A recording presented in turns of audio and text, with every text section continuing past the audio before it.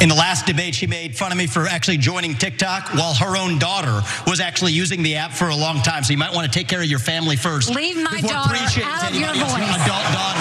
The next generation of Americans are using it. And that's actually the point. You have her supporters propping her up. That's fine. Here's the truth. You're just the easy scum. answer is actually to say that we're just going to ban one app. We got to go further. We have to ban any U.S. company actually transferring U.S. data to the Chinese. I had actually forgotten that she said you're just scum, but maybe that'll get through to some people.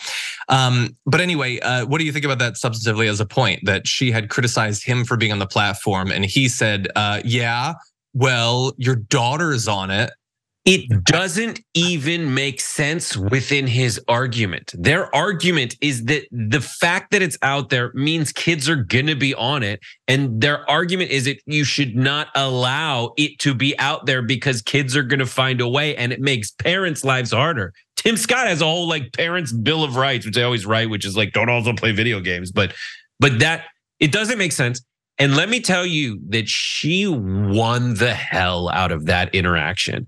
Every parent in America looks at this smarmy little schmuck who's calling her a bad mom on television because the kid has TikTok.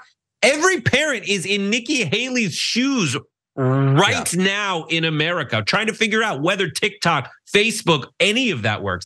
And this psychopath, this guy who prides himself to be this 38-year-old prodigy, is doing what? Looking at what teenagers are doing on TikTok, you pervert, you child sex trafficking pervert. And that's the rabid Republican Party. And I don't think it's weird for me to go there if they're going to. I just wish. We're not making a specific factual claim there, just to be clear. I know, but it's my opinion. It is very weird that he would even know non-satirical opinion that Vivek Ramaswamy is probably a pervert.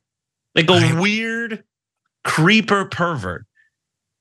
I'm a comedian. I just wish that she would have fully said the line. That's the thing. I think she, you have this moment, and it was natural. That's what I really appreciated about was he actually angered her. So in her response, that was actually knee-jerk response, and she wanted to say, "Keep my daughter's name out your MF and mouth." Straight Will Smith, but she's like, wait a second, there was a slap that followed or was preceded that. So I've got to do that, right? So in the middle of her saying it, she's thinking, oh no, I can't do the Will Smith. So she had that weird, awkward, keep my daughter's name out your voice or something along those lines, because she couldn't give the direct line. And the best way to say it is exactly what Will Smith said. And you know what? It would have worked out.